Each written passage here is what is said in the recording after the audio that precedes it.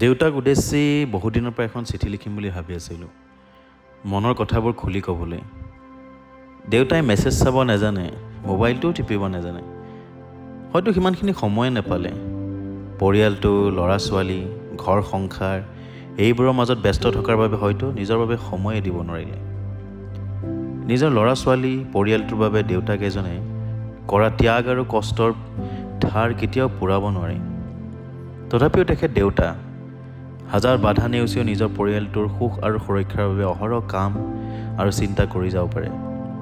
দেউতা, তোমাক কোৱাই হোৱা নাছিল, সৰুতে বিচনাৰ পৰা পৰোঁতে তুমি হাবা ধৰি খাই আহি মোক কোলাত লৈ উমলাইছিলা। মোৰ এতিয়াও মনত আছে তুমি আনি দিয়া প্ৰথম চাইকেলখনৰ কথা। মনত আছে বিহুৰ সাজযোৰ, প্ৰথম বাইকখন, প্ৰথম স্কুল ভৰ্তি মাচুল, কলেজ ভৰ্তি মাচুল, নৰিয়া হ'লে দৌৰি গৈ অনা ঔষধৰ টোপোলাটো, সকলো মনত আছে। দেউতা, চাকৰি পাই তোমাক বহুত কিবা কিবি দিম বুলি সপোন আছিল। কিমান কৰিব পাৰিছোঁ নাজানো, হাজাৰটা সপোনৰ বহুতেই কৰা হোৱা নাই চাগে।